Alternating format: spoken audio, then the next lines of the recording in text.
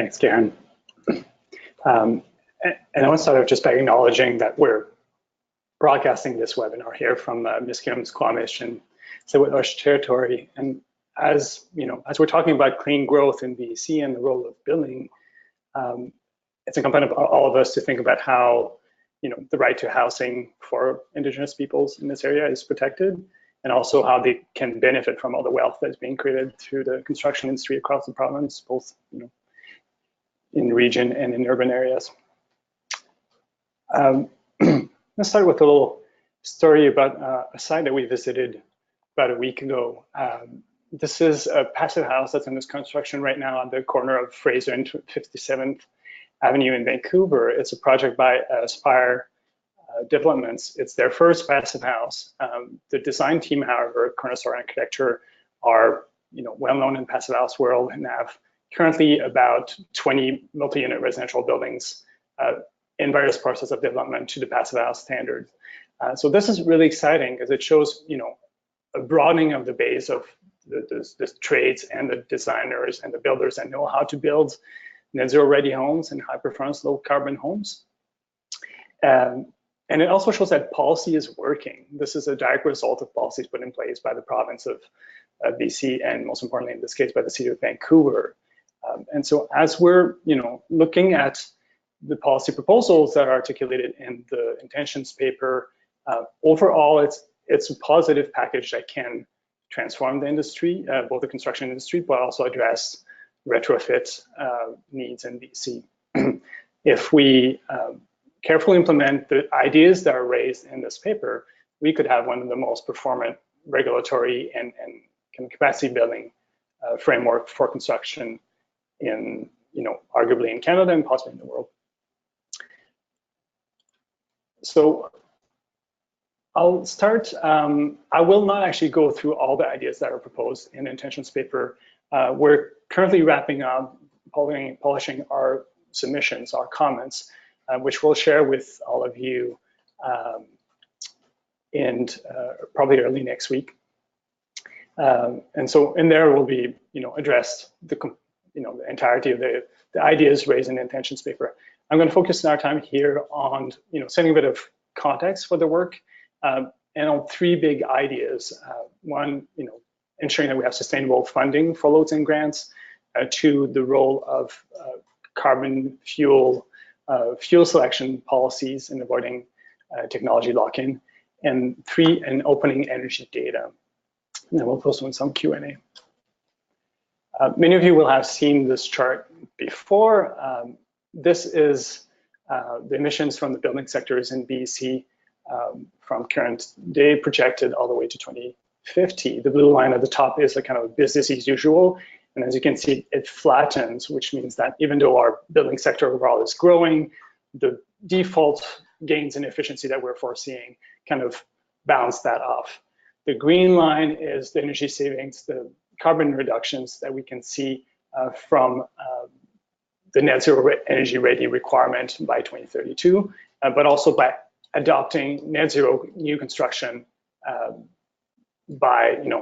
for most construction to be net zero or low carbon by 2025. And then the rest, from the green line to the orange line, are emissions that we need to achieve in the existing buildings through retrofitting existing buildings. We're proposing, the intentions papers did not set sectoral target yet for the province. The Climate Leadership Team and the Climate Solution and Clean Growth Advisory Panel both proposed interim targets for the building sector in the range of 50 to 60% by 2030. And realistically, if we want the economy as a whole to be, have an 80% reduction in greenhouse gases emissions by 2050, we need the building sector to be more or less fully decarbonized by then. So to achieve that rate of retrofit, the savings between the green line and the orange lines, we need about a 3% retrofit rate. We need to retrofit 3% of our buildings up per year and reducing GHG emissions by carbon pollution by about 60%. That means retrofitting each year 30,000 homes, 70,000 apartment units, and 3 million square meters of commercial space every year between now and 2050. This is unprecedented in scale. If we just, for comparison, at the heyday of ListSmart, when we had ListSmart and eco-energy rebate, overall in that 7 years, we retrofitted about 10,000 homes per year. And so now we need, 3 times that pace, about 30,000 homes per year. But we also need a much deeper gains in carbon reduction. ListSmart overall resulted in carbon reduction of about 25% in that building stock. And we need, an average reduction of at least 60%. So 3 times the pace and, twice the depth of retrofits is what we need. We estimate that's about a $750 million to $1 billion annual investment every year. And that's a huge opportunity for BC, but also raise question as to how we're going to raise those funds. But that's the price tag for the energy efficiency retrofit component of our buildings. We have other social priorities that we need to address.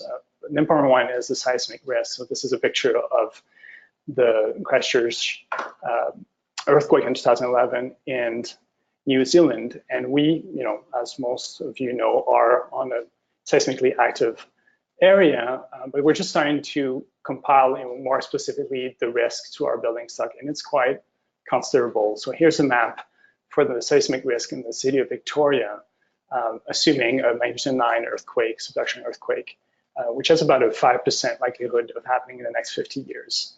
Basically, this shows that about a third of buildings would have extensive damage or being completely demolished.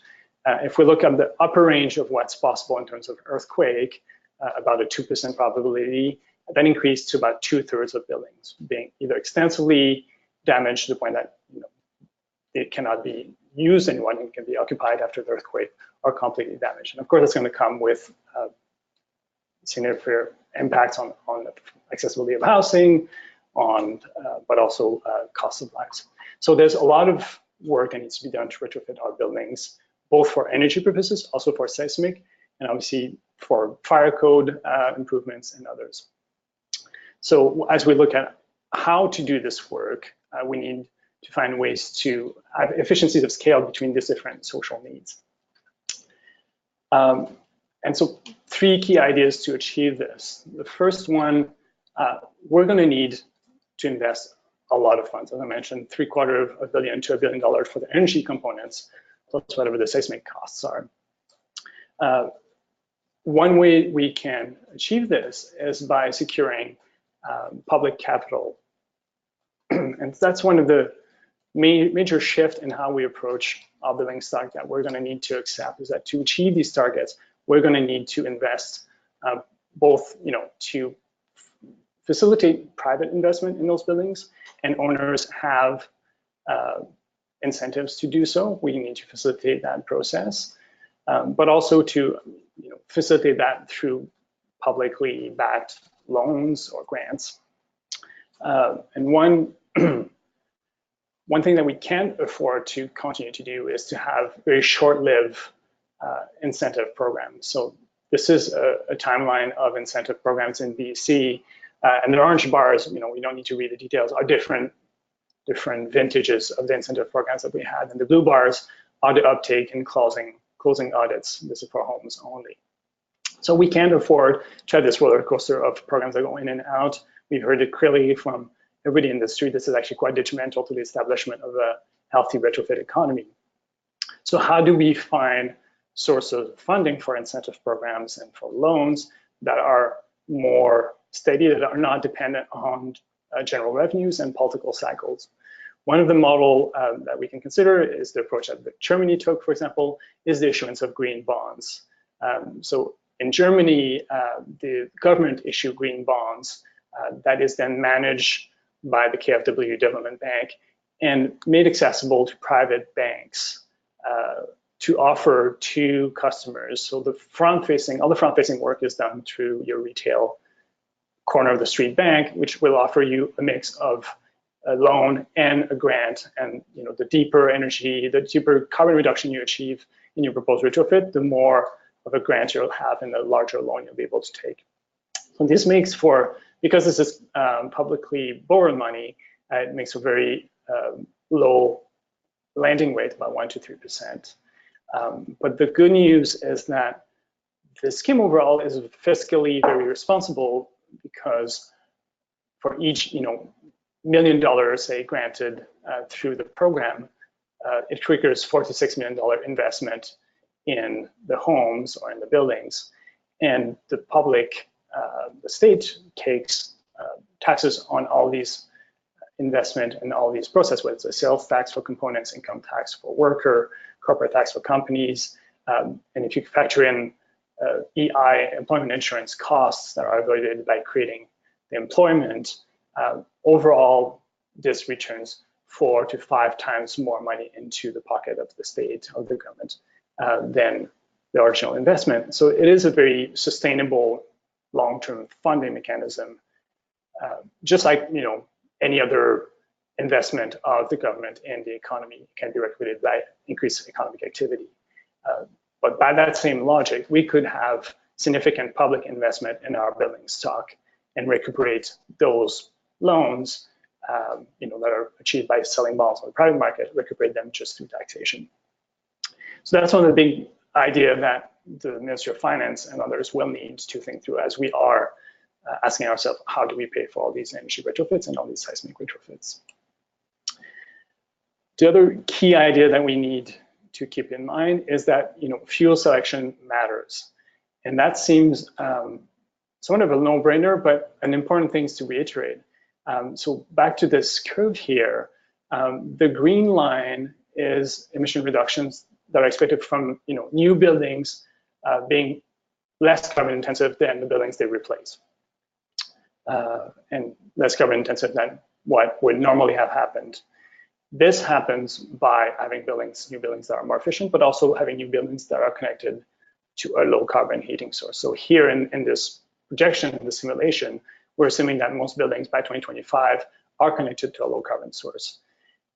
If we don't have that connection, if we maintain buildings connected to natural gas, then the growth in total demand for buildings will generate more emissions and will make it even harder to meet target, or will basically mean that these buildings were going to need to be retrofitted later, and that we're going to need to retrofit other buildings more deeply to achieve our targets in time. So this is the fuel mix currently in BC, roughly half and half electricity and natural gas. And that means that as we're contemplating a zero carbon building stock, all this natural gas use need to shift to a low carbon source of energy. That can be some district energy system. Renewable natural gas can play a role, although the available stock right now is quite finite, and even the available, the technologically achievable right now, given technology that we have, is about a maximum of about 2.5% of total demand in BC. So until we unlock the next generation of renewable natural gas technologies that would allow us to create natural gas from wood waste, cellulosic natural gas, that's a technology that's still not ready for commercialization. Until that's ready, natural gas will have a small role to play in the low carbon mix of the future. And so all of this energy will need to be transitioned to either a district energy that functions on biomass, or heat recovery, or electricity. So how do we ensure that buildings don't lock in more natural gas infrastructure? Well, codes and policies have a key role to play in this.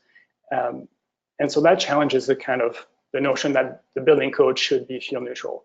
In reality, the building code as it is right now is not fuel neutral, because it refers to ASHRAE, and ASHRAE uses a methodology to either ascribe a prescriptive list of measures. So either you build according to the prescriptive list of requirement, or if you want more flexibility, you use a performance-based outcome where you need to show essentially that the building you're proposing has the same energy costs, energy bills as a similar building built according to the standard, the prescriptive requirements of the standard.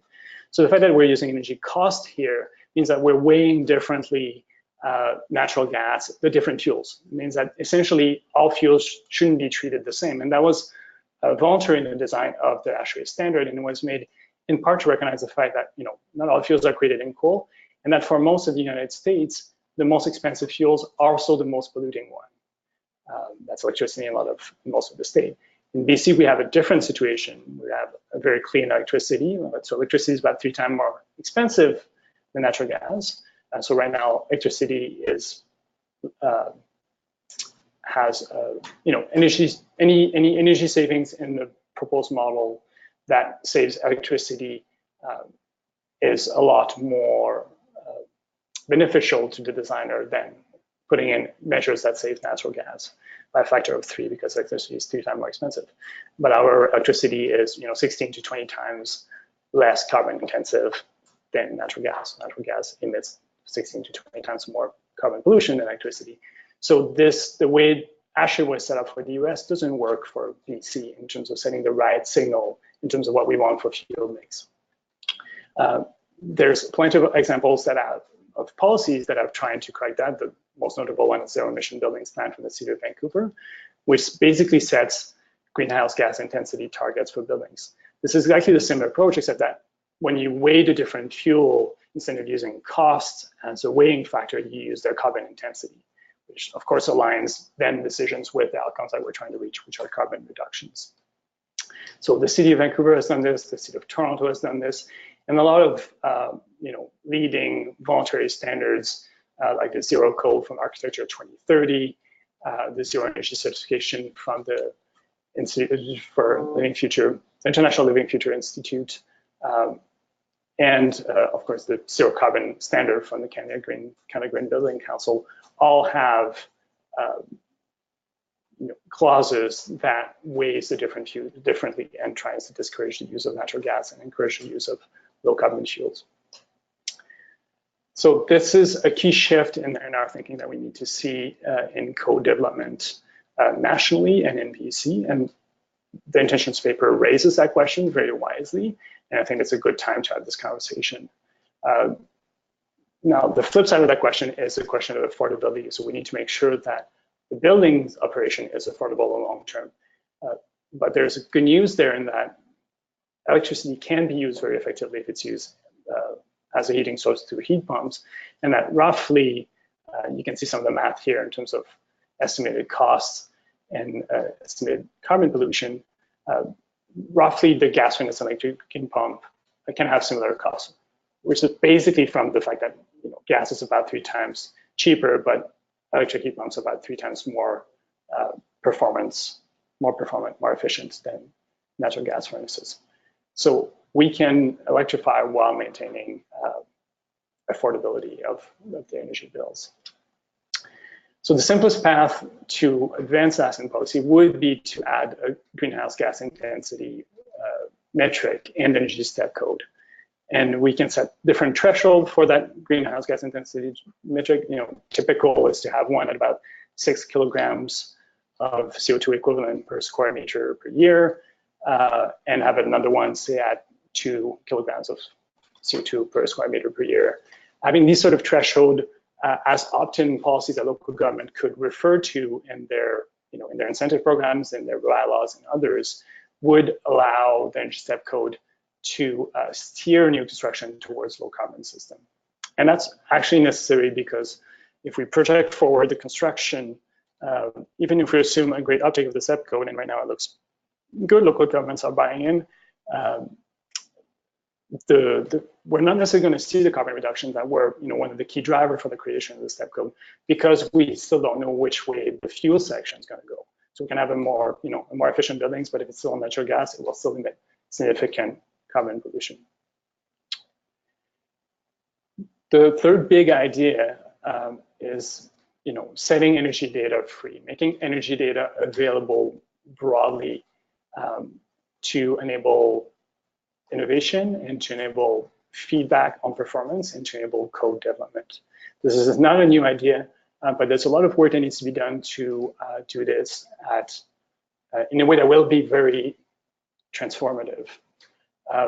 So one of the key policies used to do this across North America is benchmarking. So using, for example, Energy Star Portfolio Manager allows building owners to track energy use and compare it to performance over previous years, but also to similar buildings that have similar usage, including including climate normalization to take into account where you are in the world and how much energy you're using for heating and cooling, but also including severe usage. So if you have a data server farm in the building, you can flag that in your Outlook, and it will compare you to other buildings that have that same statistics, the same characteristics. So it's a fair and transparent measure and comparison of energy performance of different buildings. What we see here on the side of the screen is the data from New York, which has had a mandatory benchmarking policy and disclosure policy since 2011, and allows you to see how different buildings perform and to interrogate that data. Here's a list of jurisdictions that have implemented such policy, notably California, the state of Washington, and of course Ontario have statewide, province-wide requirements, and about 28 cities throughout the US also have requirements.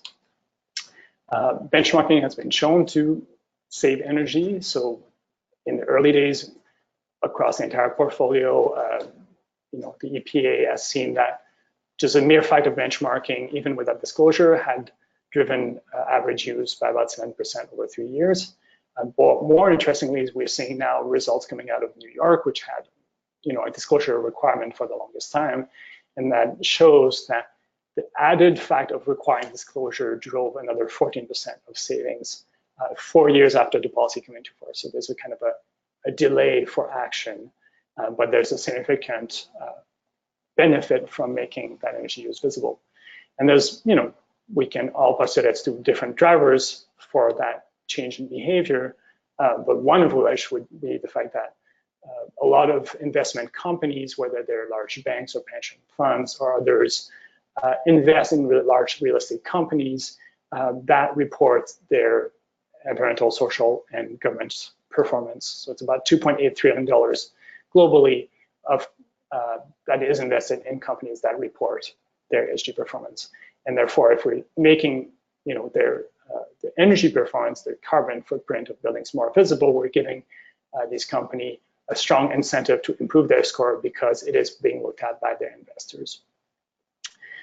There's other reasons, one of them, and that links back not only to the necessity to disclose information, but to make the information generally publicly available, easily available to the resident and users of the building, and available for research. And that's the boom that we've seen in the last few years in the development of web-based technology for energy management and for feedback.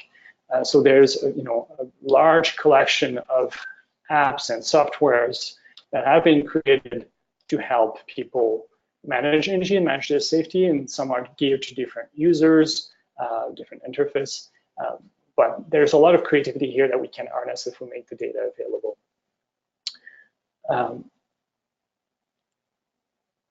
So that's true for complex buildings. That's true for homes as well. The Rate Our Home project from Metro Vancouver has done a lot of education on home energy labeling in the Metro Vancouver area, has also created this map to allow people to disclose voluntarily their score. And the uptake, not surprisingly, was expected from the get-go, but the uptake of voluntary disclosure is quite slow and quite low. There's very few points on these maps, and therefore it doesn't allow a lot of basis of comparison for citizens to compare their homes. And so those requirements need to be not just voluntary, but mandatory. So the intentions paper proposes mandatory at point of sale and rental. We've studied this over several years and shown that that's the fastest way to ensure labels are picked up and that we have a critical mass of buildings labeled, at which point eventually you start to have enough information that it really guides people's decisions. In the early day, you don't have enough data to guide. And so there's you need a critical mass for it to be effective. So right now, there's no benchmarking nor labeling policy in BC. So we're in the dark when it comes to the energy efficiency and the energy performance of our buildings, and the policies that are being proposed by bonds would change that and should be supported. So that would be energy labeling across homes and buildings disclosed at time of sale and rental. The province in the Intention Paper does not address the need, benchmarking, annual benchmarking requirements. We do think that it is still an important tool that should be implemented, and it's kind of now expected by a lot of the industry. However, if the disclosure and the system for labeling allows data to move pretty easily between Energy Portfolio Manager and whatever platform is used for the labeling, because the province has not per se said which platform they would use and how they would advance it. We're working over the summer to explore some of the possible options, how we can use, better use data that's available right now through assessment data and utility data to integrate to create labels for buildings maybe more effectively, while needing less boots on the ground than the current approach to Planner Guide. So the province is still open as to what the platform is going to be, but a key feature of that is going to be facility to move data between different platforms. That's going to be helped by having the data made publicly available, but also having the data publicly available ensures that it's research centers, that research institute can use it to assess, whether we're on track, whether our codes are working. There's a lot of feedback mechanism that we need to do. And there's some key barriers related to the privacy of data that needs to be addressed for this to work well. We know that multi-unit residential buildings are a bit of a problem because often now you need permission from each owner to access the data to get the billing data, the energy data for the building as a whole. There's a ways to aggregate the data and tell the utility aggregate the data and then share it.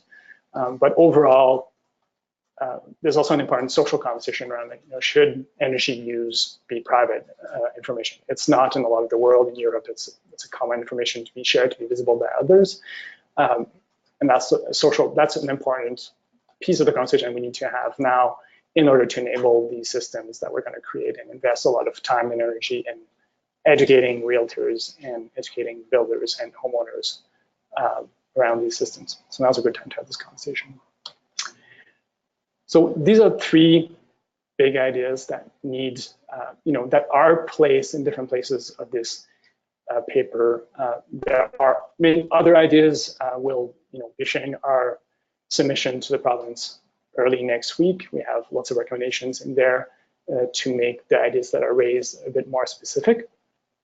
But we're very interested in also in hearing your thoughts and your ideas. So, if you want to share some in the comment box right now or email them to us, that'd be of great interest. The last piece I would add is that the component of the Green Goal strategy is about jobs, about creating jobs. And this investment to upgrade the energy of our buildings is going to create local jobs everywhere across the province where people live that are sustainable. So 11,000 jobs created across the province as a rough estimate, which is a great ancillary benefit of this approach, but it also can raise a challenge. We know that we have a skilled labor shortage in BC. About 2/3 of our skilled trades are over the age of 45, and we, the BC Construction Association projects about a 15,000 gap in skilled trades, skilled labor by 2024. So that's a situation that we need to address through a comprehensive labor strategy. And that's also where this labor strategy can address not only, how do we recruit more people in the trades, how do we build capacity for design professionals, but also address some of the equity issues that I raised at the opening. How do we ensure that Indigenous peoples are represented and benefit from industry? How do we ensure also that a lot of the migrant workforce are working in the construction industry right now, labor job, have a mean to be regularized and access training to add to the skilled trades workforce, as well as women in the construction industry. So need support. There's one of the way to address this labor shortage can be through more automation and more prefabrication by a plant. That obviously automation can increase the productivity and then reduce the amount of labor needed, but also shifting production to plants can make those jobs more appealing because they're more comfortable. They can be also more accessible to a broader range of people with different physical abilities. So that might be one of the ways in which we address this labor shortage crisis, more automation. And we've also seen, in the Netherlands and other places, that prefabrication has been a key ingredient in really ramping up the rate of retrofit. This is a model that we're looking at quite in details here in BC to replicate some of the approaches in the Netherlands that have led to rapid scale up of deep energy retrofits. They are producing net zero homes now at 50% less than the cost that was about 3 years ago. And they're starting to roll it out across the country.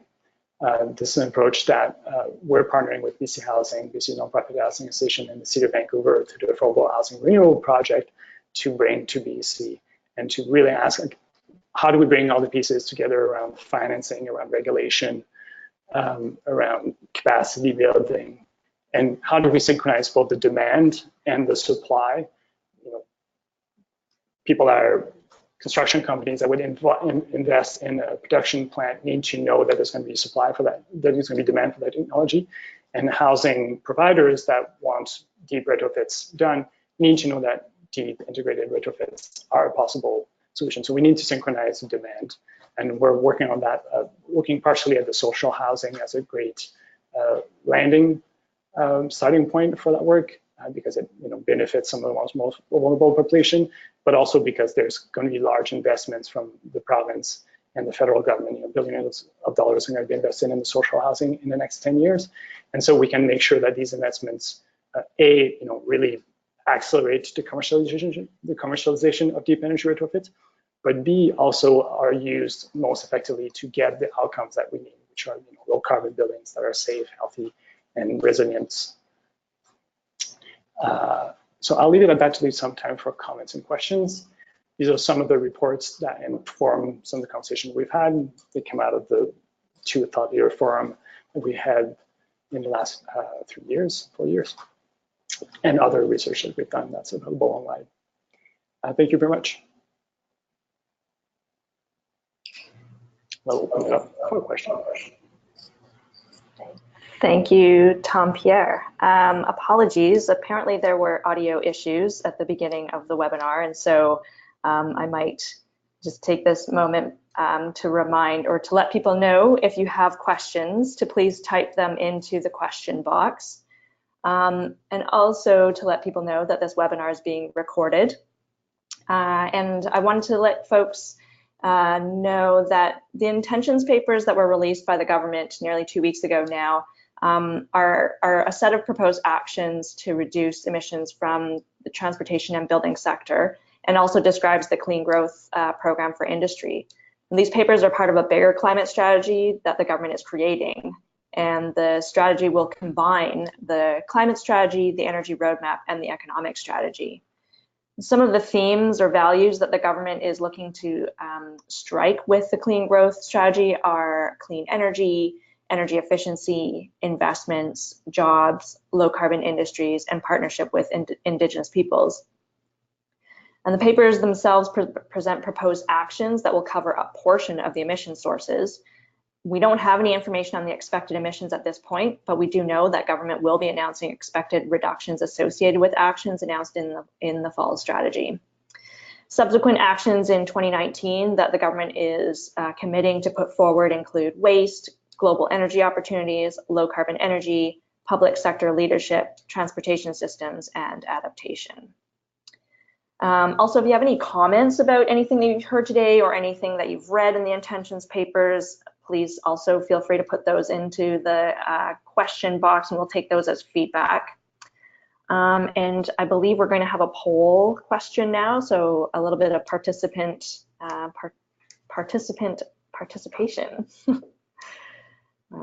So what are your reactions to BC's Clean Efficient Buildings intentions papers?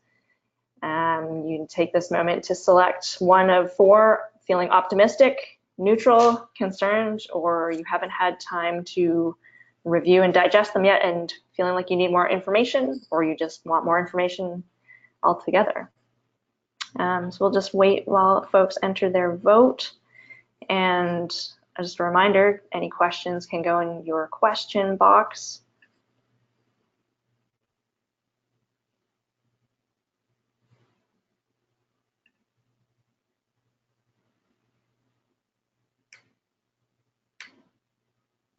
All right, so how are we feeling? 48%, almost half are feeling optimistic. 10% are neutral, 10% are concerned, and about a third are feeling, a third of you are feeling like you need more information. Thanks so much.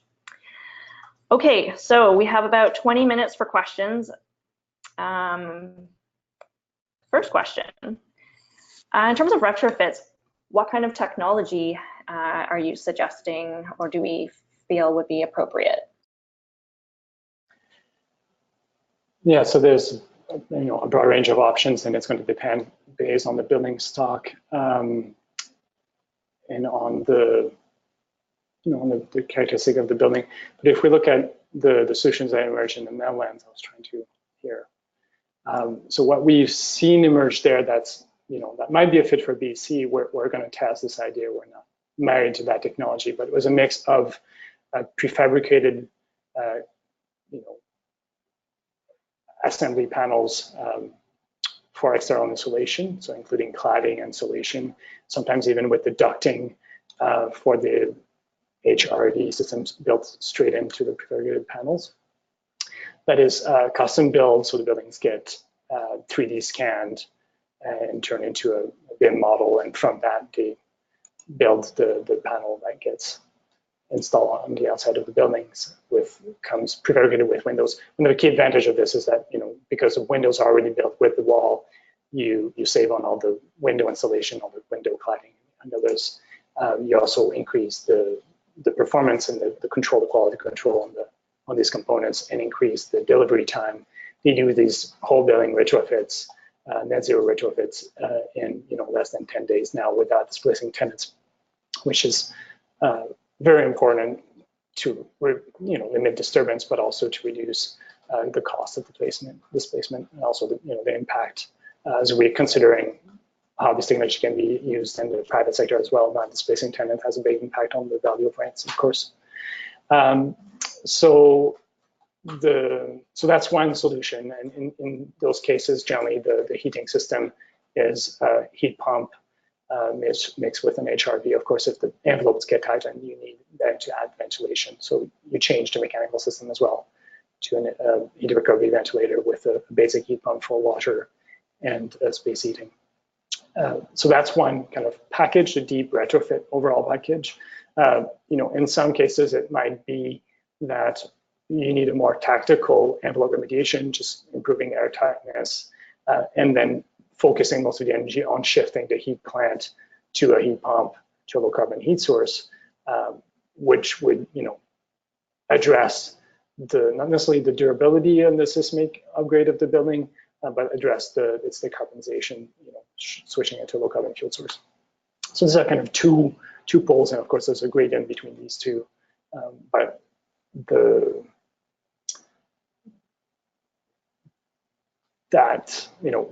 where we see the most promising solutions and how do we make them readily available in the market is one of the key questions we're trying to tackle with the affordable housing renewal project. Thank you. A couple questions on benchmarking. One is, did you get a sense, or is there a sense that we are moving away from benchmarking towards just energy labeling more generally? And what platform would you suggest for benchmarking for buildings? So, thank you.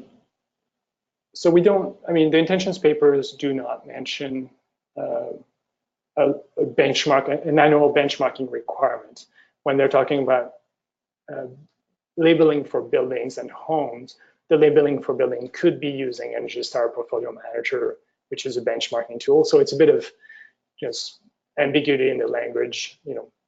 Energy portfolio manager can be used to label buildings, assigns them a score or a rating, and makes their energy performance visible.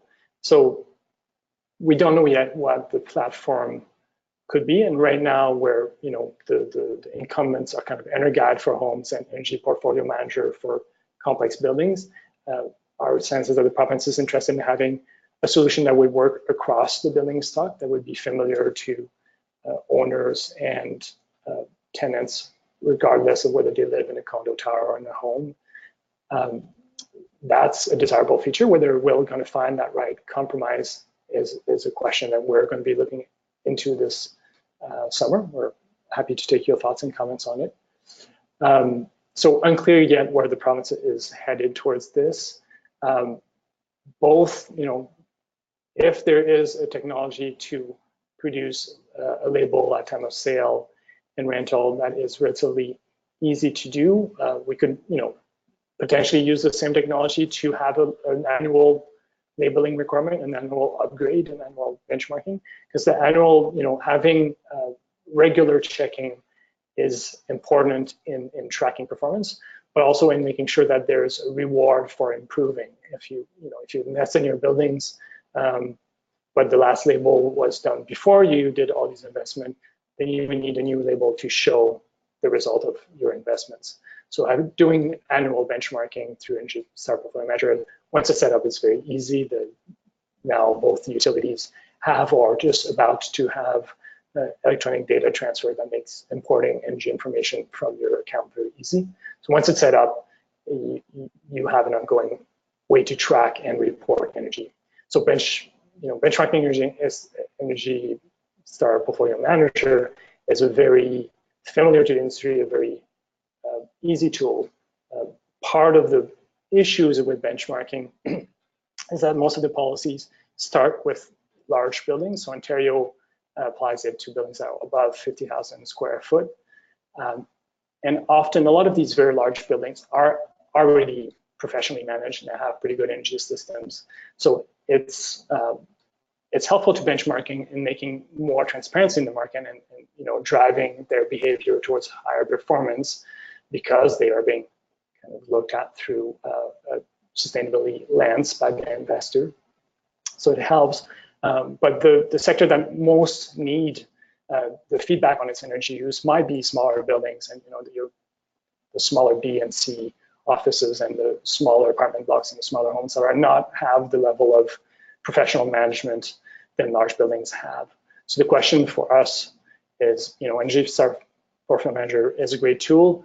Can we provide enough backing to allow it to be used by even those small owners, and therefore bring the requirements to include not just large buildings, but all buildings, that where it makes sense to benchmark.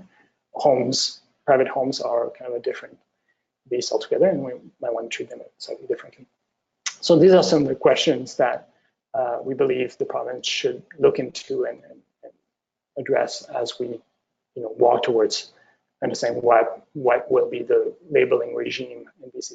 What's clear is that there's a clear intention to have a labeling regime, and to have a labeling regime that is mandatory and that has public disclosure. And these are key ingredients to make it effective. We've tried, EnerGuide exists since the 1990s.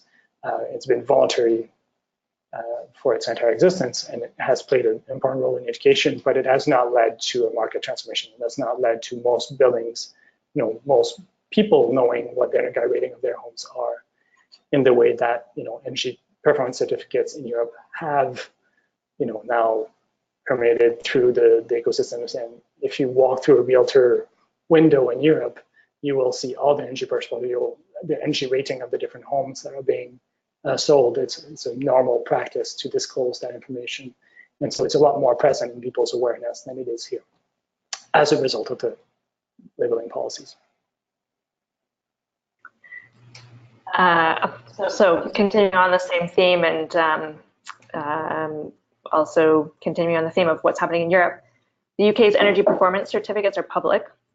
However, many of them are very old and date back as much as 10 years. How often would you envision renewal of EPCs in similar buildings or residences? Yeah, so that's a good question. That's a question I was raising a bit earlier is, how often do you refresh that information? And to a large extent, it depends on the complexity of creating the label itself. So the more we can make smart use of data that's available, through utilities usage, but also through BC assessment data and others, to automate certain portion of the process and then have a much more cursory on-site inspection or a simplified, a streamlined inner guide. There's been proposals for that in the past that could be reconsidered. So the more we simplify the labeling process, the easier it will be to, append a best before date to those labels and require that they be updated regularly. The reality is, if we attach it as a requirement for point of sale, there can be a clause that the label can't be more than, say, 5-year-olds. What reasonable there is open for conversation. I think anything more than 5 years starts to be fairly old, but also it also relates to how much investment and what changes have been done in the house. Changes can go in both directions. There can be improvements, in which case we would expect that owners would have an incentive to get a new label, but there can also be deterioration, in which case they would not. So having a best before date on the label will be a key part of making it effective. What's the reasonable time frame for this? 5 years, 10 years? Open for discussion. So a question around our greenhouse gas intensity vision, and how do you envision this could happen? Setting stepped targets for GHG emissions that would remain consistent over time, or a gradual increase of the targets, either a single target or a stepped target? Your thoughts on that? Yeah, so there's multiple ways, and local governments are looking into this right now. The City of Vancouver, of course, has its own zero carbon building strategy, which decreases thresholds over time towards all building being zero carbon by 2030, and most of them being zero carbon by 2025, which is the kind of timelines that we should all be looking at if we want to meet those climate targets. So the approach in BC, the first step would be the simplest way to do this would be to add greenhouse gas intensity metrics in the energy step code. We could make them optional for local governments to use. They could be a couple different steps. And so local governments could refer, we're going to require step 3 for homes and low-rise low-rise MERBs, and step greenhouse gas metric, greenhouse gas intensity no greater than 6 kilograms per square meter per year. Or we will require step 3 or allow you to build to step 2 if you meet GHG intensity metric less than 2 kilograms per square meter per year. These are the sort of policies that we expect would come out of local governments. It could be a mix of allowing some trade-offs between efficiency and low carbon fuels, but also realistically these metrics are going to need to be driven down over time. So having the same way that we allow local governments to drive down, to increase energy efficiency by adopting increasing levels of the energy step code, they could at the same time increase the stringency of their greenhouse gas intensity limits over time. The alternative right now is for local governments to apply for variance to the province to imply some such policy. The greenhouse gas question has been added in the list of policies that are outside of the scope of the Building Act that are exempt or deregulated, with some caveat around its use. So there's a bit of a gray zone right now as to what local governments can already do The risk right now is that in that gray zone, different local governments are going to do different things, and we already see that that's starting to happen. Local governments are realistic in knowing that they will not meet the community energy emissions plan if they don't have a way to drive down the carbon pollution from buildings from new construction. So they're being quite pragmatic in looking at this, but right now they're all doing it in parallel, and it would be best for the province to kind of streamline that process and use changes to local council as a platform to agree on what the threshold should be and how they should be used.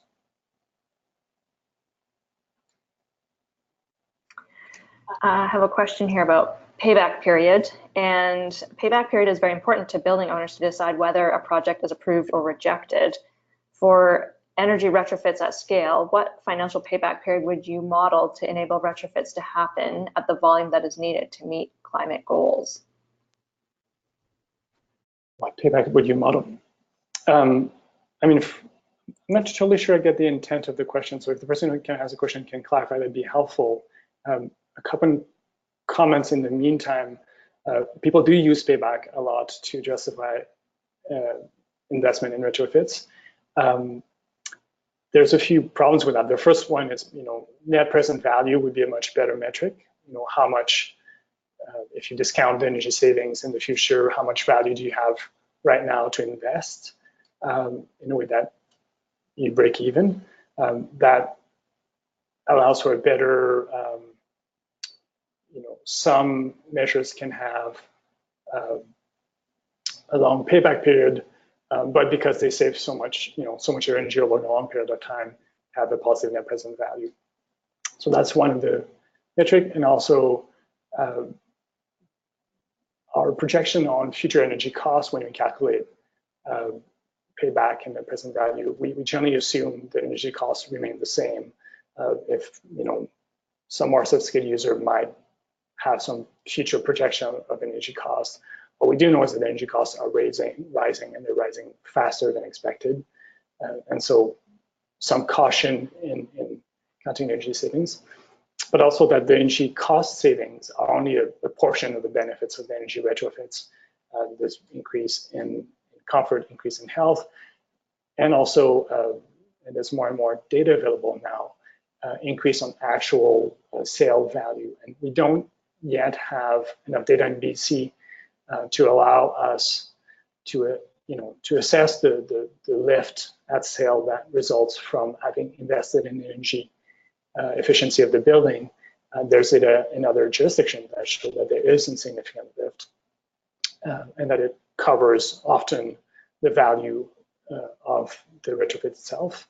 So partially in the jurisdictions that have adopted a lot of PACE financing, in California, they've shown that the increase in sale and resale value was comparable to the cost of the investment, meaning that you will recuperate that investment at the time of sale, and that all the energy savings that you will have had in the meantime, and all the increased comfort, increased resiliency, are all bonus on top. So we don't have that data for BC yet. We require more work to be done, and also better energy data. That goes back to the energy data transparency question that we were raising earlier, to allow assessment values to represent. First of all, to allow us to know how much of the energy retrofits get recuperated at time of sale, but also for actual formal assessment process to incorporate those values. So here are a few thoughts. I don't know, is there any clarification on what the actual intent of the question was? I'm not sure if it was like, what's a reasonable payback? Maybe it was like, the deeper energy retrofit that we're talking about, what kind of paybacks do they have? And in a nutshell, like, we know that the kind of solution that we want to see to make homes a lot more durable, a lot healthier, low carbon, and also more seismically resilient, don't have a great payback right now. Will not pay for themselves solely through energy savings. So we're going to need to either justify that investment in other ways, and to justify that it's necessary, and potentially to help homeowner and building owners to support them in that investment through socializing some of that cost. And it goes back to the question of how do we raise capital to do that work at scale? This is the next mega project for BC, and we need to invest in it. Some of our public resources, with the caveat that I flagged earlier is that actually we recuperate all that investment in taxes anyway. So it is, just a mechanism for driving economic development more than an actual cost of the votes.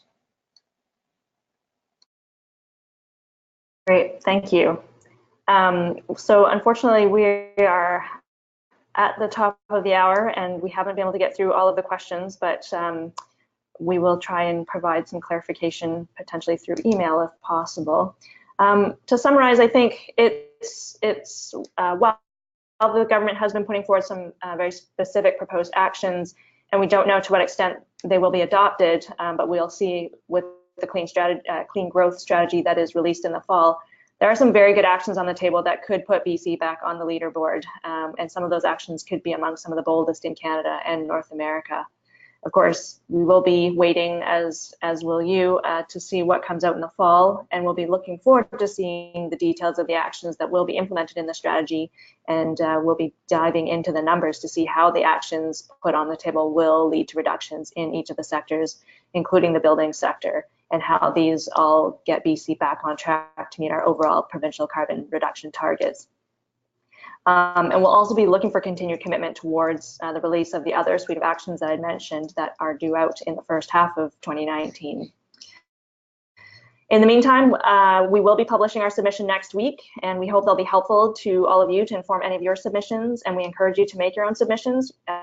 You're fully welcome to use any portion of what we publish. And finally, I'd like to thank you all for joining us today.